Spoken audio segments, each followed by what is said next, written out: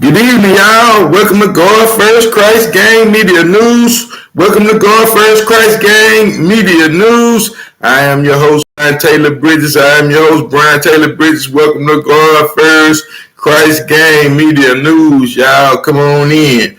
Now, I just wanted to come on in for a brief moment and briefly talk about this little case that happened in Splendora, Texas yesterday, you all, where this one particular dude had somehow, after 6 years, you all, I said that after 6 years, this man decided to up and go out and looking for his ex-girlfriend, you all. Well, in this particular case, he did have to find his ex-girlfriend, you all, after 6 years, you know. Like I said, this was a very strange case, and I'm pretty sure that this man had just given up on life altogether, you all, because, he had been just recently got into some trouble, you all, in which in June, in the month of June, this particular same man was busted with 2 pounds of cocaine, you all. I said he was busted with a whole kilo of cocaine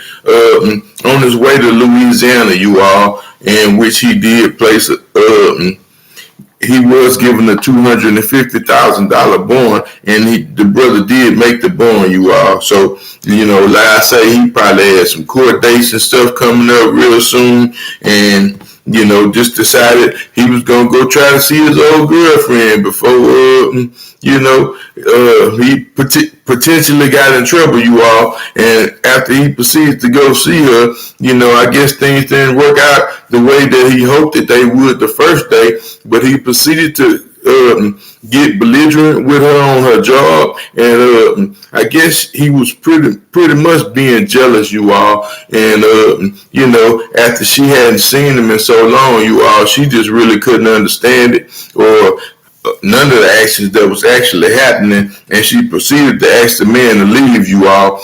Mind you, he came back the next day and proceeded to try to kidnap the woman, you all. He did actually take her friend, and which happened to be an employee for her, you all, and had her kidnapped. And this particular lady, whose name has not been identified, because she has been hysterical, you all. She absolutely cannot and could not understand how something of this magnitude has happened after so many years, and that she was actually in a hostage situation where these particular police officers came in, and I'm pretty sure that they decided that they was going to knock him off at the first chance they got, you all, because this here story was strange and absolutely crazy, you all. I said it was strange and absolutely crazy. The news reporting team and people did get to speak to her father, you all. He had made it to the scene and was particularly upset, and hysterical himself, you all, that this particular thing has happened after so many years, you all. And like I said, it was a very strange event. You all. So I'm gonna go ahead and share it with you. And this first one is particularly a news clip, you all, and then I'll read it to you. What her father had to say as well. Glendora tonight, Houston police tell us a man has been shot and killed by. Hold on. Before I go any further into that, let me read my copyright disclaimer. Copyright disclaimer under Title 17, USC, Section 107. Allowance is made for fair use for purposes such as criticism, comments, news reporting, teaching, scholarships, and research. Fair use is permitted by the copyright statute and might otherwise be infringed. Non-profit, educational, and personal use tips the balance in favor of fair use. It tips the balance in favor of fair use, you all. Like I said, this particular case was one of the strangest cases that I hadn't seen, you all. Like I said, I took the time and read it, and like I say, pretty much read a couple of different articles they had, and I was in the process of sharing you all this news clip. But I just want to briefly talk about these men that can't let go. You all, this is some of the strangest events that's been happening, and it has been happening on a regular basis. You all, that these men are not absolutely letting go at all, you all. And this has been an ongoing case that has happened all year long. I said it has happened all year long. But the most strangest thing about this case, you all, is that this particular man happened to run up on this woman after 5, 6, 7, 8 years, you all, had gone by. He had particularly still been in love with this woman, you all, and lost his life on the scene.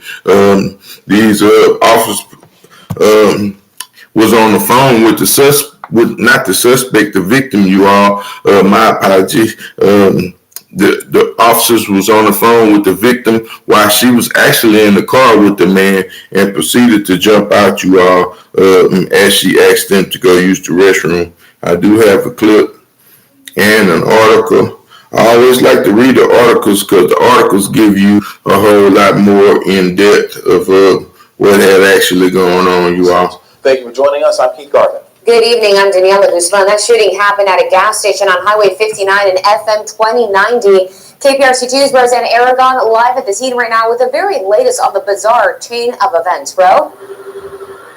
As you can see behind me, still a very active scene at this hour. We're here in Splendora where police have been responding to this. Ultimately, they say an ex-boyfriend held 2 people hostage, including his ex-girlfriend. Houston police say this all started yesterday, according to preliminary reports. The 14,700 block of 59 and FM 2090 is the culmination of a hostage scene with a complex timeline. Houston police say preliminary reports show it started Monday when a woman was reportedly held at gunpoint by her ex-boyfriend. Tuesday, the next day, Houston police say the ex-boyfriend tried to get in contact with the woman again, but couldn't. So this suspect wanted to talk to her again. She refused to, and so the suspect in this case went to her place of business on Benmar Street in Houston. And then took her friend, a co-worker, hostage. Eventually, Houston police say the ex-girlfriend made a deal to exchange places with her friend. The suspect then kidnapped his ex-girlfriend and let the co-worker go, and she was safe and unharmed. Investigators were able to track down the suspect's vehicle when the two stopped at this Shell gas station in Splendora. Officers believe our female complainant believed officers might be locating her and catching up, and very bravely, she asked if she could stop and use the bathroom. Officers say they then blocked the car and made orders to let his ex-girlfriend out safely. Getting verbal commands, realized that at some point he was reaching for what they believed. Like I said, and that was the end of him, you all. She had proceeded to, talk him into going to the restroom. And like I said, he did particularly care about the woman. I don't think he was actually going to harm her, but, you never know with today. The way things are actually going today, you all. Like I say, this thing is happening more than often, you all. So, like I say, one of my main suggestions is for you ladies, like I said, and then a lot of people don't like guns, you all, for protection, but one thing you can use for protection, one solution would be some mace, you all. Like I say, if you're a lady, I always keep you a bottle of mace around. Like in this particular case, this lady, she works, has some kind of sanitation department, and it's one of her jobs in which she did actually hire this defendant, this actual criminal, this person that has been deceased, you all. Like I said, the man was killed on the scene, and he actually, like I say, he just should have let go, Like I said, and for any men that's out there, that find yourself in a situation that you do care for a woman, that you don't let go, you still think about her often, and that you absolutely love this woman, I suggest that No one does anything stupid, and definitely not try to kidnap no one. Because it's not something that's going to make a woman love you. It's not going to change the facts or the circumstances at all. So if you really love someone or really care about someone, this is not something that you want to do. This is the very last thing, because it's going to absolutely push them away from you. They're not going to want to deal with you at all. Like I say, this is kidnapping ain't something you can just snap back from. It ain't like you had a brief little argument or something. You can actually took somebody against their will from one location to the next, you all, and that's more than a strange thing to do. And I said it's more than a strange thing to do, you all. Hello, how you doing? Here with that Jubin. All right, good afternoon. Yeah, like I said, we was just going over this case right here about this one particular man. He had kidnapped the sister, and like I said, he is not here to talk about it today, you all. And like I said, we don't know what the outcome may have been, but she had not been with this man for a long time, you all. And like I said, one of my solutions for you ladies, and if y'all, in this particular case, this lady didn't actually know. It was hardly no signs besides him coming the day prior to actually coming on her job. She has Stockholm syndrome. I'm pretty sure she did. Yep, I'm pretty sure she did. But to actually see him after so many years, you all, I'm going to read the article because I do have a small clip in which these news reporters did actually talk to the father, you all. It said dad, whose woman escaped ex-boyfriend, revealed she was the ex. The ex hadn't dated in years.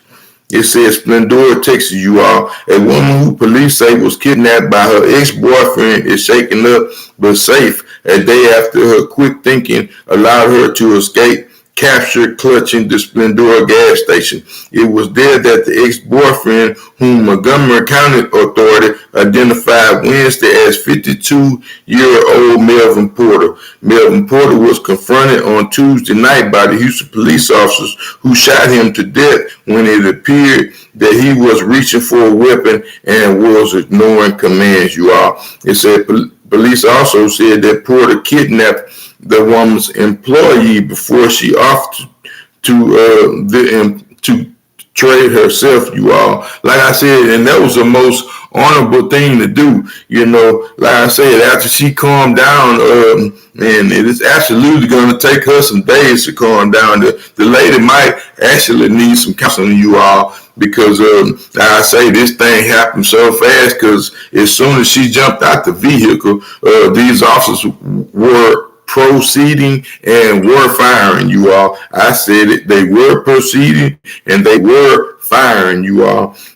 So, like I said, it was a very dangerous situation. But, man, the woman is so brave and so honorable, you all, to give her own life up, for the life of her friend,